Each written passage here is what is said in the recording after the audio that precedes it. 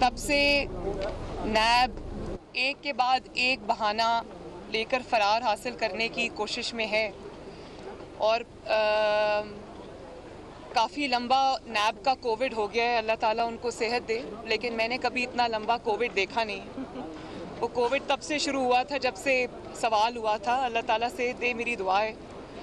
लेकिन आज भी उन्होंने 1 महीने के बाद आज हेयरिंग थी, तो आज भी उन्होंने कहा कि I have been literally pulled out of bed और मुझे ज़बरदस्ती आज बेड से निकाल के लाए हैं। तो मेरे से शायद आर्ग्यू नहीं होगा, तो फिर उन्होंने एडजर्नमेंट मांग ली है। तो मैं तो बड़ी हैरान हूँ कि ये वही नैब है जिसने अभी 2 महीने पहले ये दरख्वास्त दी थी कि डे टू डे हेयरिंग होनी चाहिए, रोज़ाना की बुनियाद पे हेयरिंग होनी चाहिए और इस केस का जल्दी फ़ैसला होना चाहिए। अब जब से सबूत मांगे हैं जजेस ने, अदालत ने, तो ये एक के बाद एक बहाना सामने आ रहा है। तो बड़ी अजीब बात है, मुझे तो समझ नहीं आ रही। तो अब आपका क्या सवाल है जी? मैडम क्या कहेंगे, फवाद चौधरी साहब कहते हैं कि 4 मुस्लिम लीग नून की शख्सियात ने जो अहम हुकूमती शख्सियत से मिले हैं नवाज शरीफ का पता साफ करने के हवाले से, आप क्या कहेंगे इसके लिए? देखें, बात असल में ये है कि कारकर्दगी इतनी बुरी है, ये भी कहना ज़्यादती है कि कारकर्दगी बुरी है। कारकर्दगी है ही नहीं। जहाँ नाअहली, नालायकी, महंगाई, बेहिसी, लाकानूनियत के फेलियर के अंबार लगे हों, वहाँ वो ऐसे ख़बरें ना फैलाएं, ऐसी ख़बरें क्रिएट ना करें, ऐसी ख़बरें फैब्रिकेट ना करें। तो क्या वो मीडिया को ये खुली आज़ादी दे दें कि मीडिया जो है वो महंगाई पे बात करे, मीडिया जो है वो लाकानूनियत पे बात करे, मीडिया वो गैस, पेट्रोल, डीज़ल की, बिजली की जो कीमतें बढ़ी हैं उस पे बात करे, या वो फिर मरी की बेहिसी पे, मरी वाला जो सान्या हुआ है उसकी बेहिसी पे बात करे, या फिर मीडिया इस पे बात करे कि बात आप ये कर रहे हैं कि नवाज शरीफ की पार्टी से कुछ 4 लोग मिले और अपने आप को उन्होंने पेश किया है। हकीकत ये नहीं है। हकीकत ये है कि आप एक सिटिंग गवर्नमेंट होते हुए आपकी कैबिनेट मीटिंग्स में, आपके जो असेंबली के सेशंस हैं उसमें आपके members, sitting members, MNAs, MPAs खड़े होकर अपनी क़यादत इमरान खान के ख़िलाफ़, पार्टी के ख़िलाफ़, आपकी परफॉर्मेंस के ख़िलाफ़ बात कर रहे हैं। तो अगर इस किस्म की फैब्रिकेट न्यूज़ ना की जाए तो वो और क्या करें बेचारे? वो आपको फ्री हैंड तो नहीं दे सकते कि आप उनको रोज़ मीडिया के ऊपर आप उनकी नालायकी और नाअहली को सामने लाएं। तो ये जो है ना, ये टैक्टिक्स ये हम अच्छी तरह जानते हैं।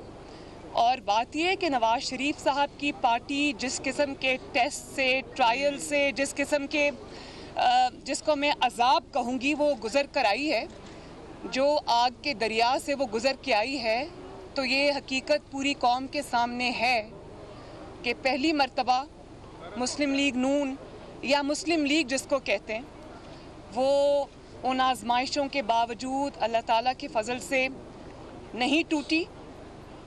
जिस किस्म के मुकदमात बनाए गए, जिस तरह से उनको सज़ाए मौत की चक्कियों में रखा गया, जिस तरह से लालच दी गई, जिस तरह से धमकाया गया, डराया गया, बदतरीन हालात और इंतकाम के बावजूद मुस्लिम लीग नून नहीं टूटी। नवाज शरीफ का एक मेंबर, एक MNA, एक MPA अल्लाह ताला के फजलो करम से नहीं टूटा और नवाज शरीफ के साथ चट्टान की तरह खड़ा रहा। तो ये हकीकत ये है, हकीकत ये है। और हकीकत ये है कि इमरान खान के, नवाज शरीफ तो अपोजिशन में है ना, बदतरीन इंतकाम सह रहा है। हकीकत ये है कि इमरान खान के वज़ीर आज़म की कुर्सी पर बैठे होने के बावजूद आज उनके मेंबर्स उनके मुंह पे उनकी बेइज्जती कर रहे हैं, उनके मुंह पे उनको ये कह रहे हैं कि हमारी परफॉर्मेंस, हमारी जो हमारी कारकर्दगी वो इतनी बुरी है कि हम अवाम में जाने के काबिल नहीं हैं। वो खड़े होकर आपके ख़िलाफ़ बात कर रहे हैं। ये है हकीकत। तो ये जो आप डाइवर्जन्स करते हैं ना, ये हम अच्छी तरह जानते हैं, कौम भी जानती है। ये मीडिया पे मीडिया खेलने से ये सब नहीं होगा, सब जानते हैं हकीकत क्या है। मैडम, अगर इतने बुरे हालात आ चुके हैं, जिस तरह आप बता रही हैं कि हुकूमत के अंदर होते हुए इमरान खान साहब के ऊपर तनकीद हो रही है, तो इन हाउस चेंज एक आइनी तरीका है। इस हवाले से इतलात भी मिल रही है कि शायद अपोजिशन इस हवाले से जो है अब सर जो है अपना जोड़ चुकी है, मुशावरत हो चुकी है। तो कब तक इन हाउस चेंज को हम एक्सपेक्ट करें? बहुत जल्दी इंशाअल्लाह ताला। मेरा ख्याल है कि जो मैं इनके इमरान खान के स्टेटमेंट्स देखती हूँ, जब इनकी मैं देखती हूँ कि इनको कोई पैनिक सिचुएशन है, तो मुझे और इनके वज़रा के जो स्टेटमेंट्स आते हैं उससे मुझे ये साफ लगता है कि इनका जो अंजाम है वो बहुत करीब है। और मेरा ख़्याल है कि पाकिस्तान के अवाम को इस नालायकी, बेहिसी, नाअहली से, तारीख़ की बदतरीन नालायकी से जितनी जल्दी निजात दिलाई जाए उतना पाकिस्तान के हक़ में अच्छा है, क्योंकि पाकिस्तान अब ये हुकूमत एक दिन के लिए भी अफोर्ड नहीं कर सकता। और जिस किस्म की इनकी कारकर्दगी है, मेरा ख्याल है कि पाकिस्तान की कौम पर रहम खाना चाहिए। जी महीना मैम 2 महीने कुछ बता दें, क्या महीनों का इंतजार है, हफ्तों का इंतजार है, या सहमाही का इंतजार? मेरा ये ख्याल है कि जो मैं इनके हालात देख रही हूँ, मुझे ये महीनों और हफ्तों की नहीं, चंद दिनों की बात नज़र आ रही है। मैम ये बताइएगा कि वज़ीर दाखिला कहते हैं कि फ़ौज का जो हाथ है वो मौजूदा हुकूमत के सर पर है, क्या उनका ये बयान भी एक शोशा है या वाकई फ़ौज आज भी सियासत के अंदर जो है वो अपना किरदार अदा कर रही है? मुझे तो पहले ये समझ नहीं आती कि इस बात को कहने की ज़रूरत क्यों पेश आई। जी कोई और सवाल?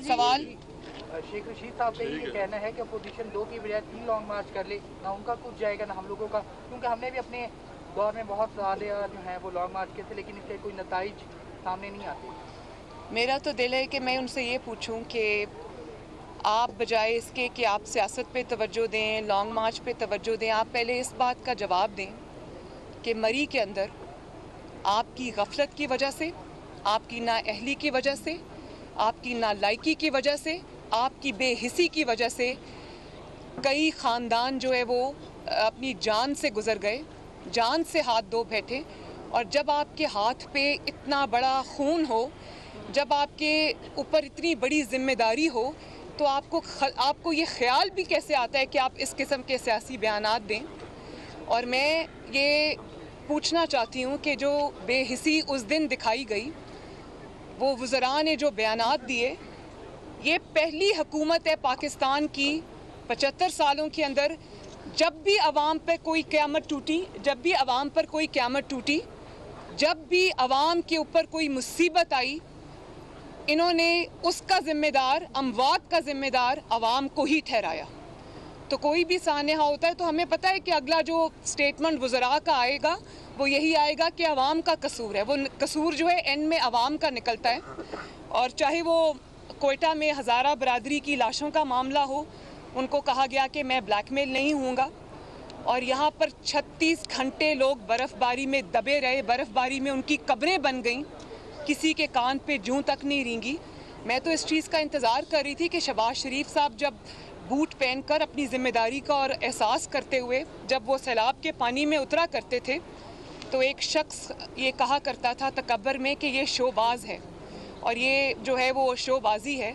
तो मैं तो इंतज़ार करती रही 36 घंटे, जब लोग मदद के लिए पुकारते रहे मरी में, तो मुझे तो ये इंतज़ार था कि इमरान खान साहब भी शहबाज शरीफ साहब से बूट मांग के तो वो उतरेंगे वहाँ पर और बर्फ़ में जाएंगे और लोगों को बताएंगे कि मैं आपका खिदमत गुज़ार हूँ, आपके सामने खड़ा हूँ। तो मुझे तो समझ नहीं आती कि ये बेहिसी क्या है। और फिर उसका भी इल्ज़ाम सयाहों पर आया कि सयाह जो हैं वो सारे मरी की तरफ उनका रुख कर लिया। भाई हुकूमतें इस तरह चलती हैं क्या? हुकूमत को इस तरह चलाया जाता है?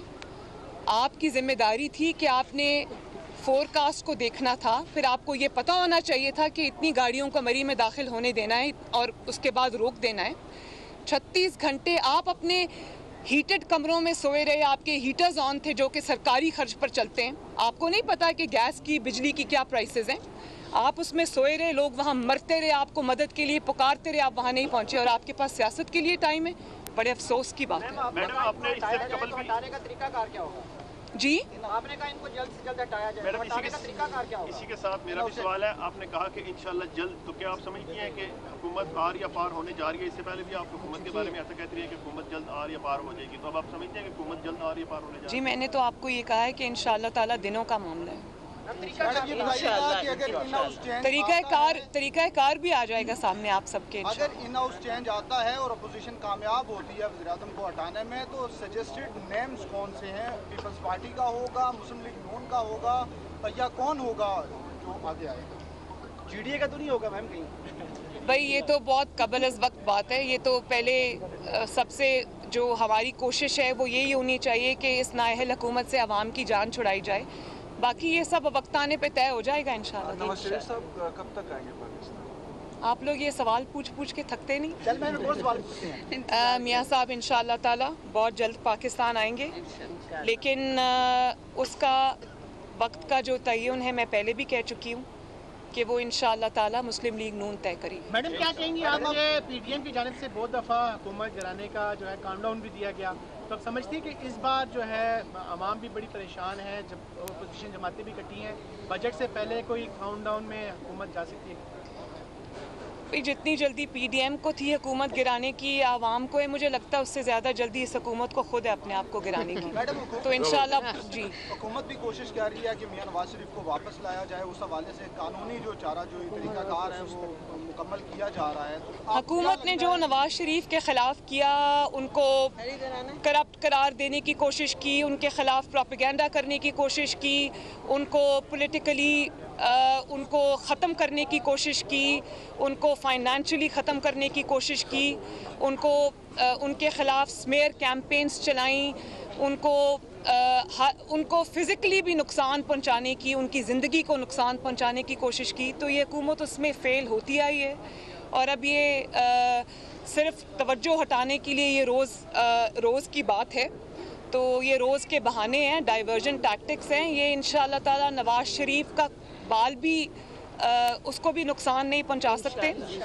कुदरत ने ये बात साबित की है, अल्लाह ताला का फजल है। नवाज शरीफ आज भी अभी एक सर्वे आया है, मैं उसमें आप देख लें, आज भी लोग इस सारे प्रोपेगेंडा के बावजूद अगर नवाज शरीफ पर सबसे ज़्यादा एतमाद करते हैं, मुस्लिम लीग नून पर सबसे ज़्यादा एतमाद करते हैं, तो इमरान खान साहब को अपने वर्ल्ड कप में चुल्लू भर पानी भर लेना चाहिए। और आगे आप सब जानते हैं कि मुहावरा कंप्लीट कैसे होता है। अच्छा मैडम ये बताइएगा कि जनरल फैज़ हमीद के ऊपर तो आपने तनकीद की थी और उन्होंने कहा कि सियासत में उन्होंने बेजा मुदाखलत की है और इमरान खान को सपोर्ट भी किया है, तो मौजूदा DGISI के हवाले से कोई शिकायत आपको मिली अभी तक, या जो इतलात मिल रही हैं कि वो न्यूट्रल हैं और एक अच्छे कॉम्पिटेंट ऑफिसर हैं और अपने जो प्रोफेशनल ड्यूटीज़ हैं वही अंजाम दे रहे हैं, तो यही बात दुरुस्त है या? देखिए मुझे उम्मीद है कि जो गलतियाँ माजी में हुई हैं वो नहीं दोहराई जाएंगी और पाकिस्तान को आइन और कानून के मुताबिक चलाया जाएगा। और क्योंकि पाकिस्तान की बका, पाकिस्तान का फ्यूचर, पाकिस्तान की सक्सेस सिर्फ इसी में है कि पाकिस्तान को आइन और कानून के मुताबिक चलाया जाए। हर इदारा अपने आइनी हदूद में, कानूनी हदूद में रहकर काम करे और अगर ये है तो पाकिस्तान की बका है, सलामती है, कामयाबी है। ठीक है जी, थैंक यू।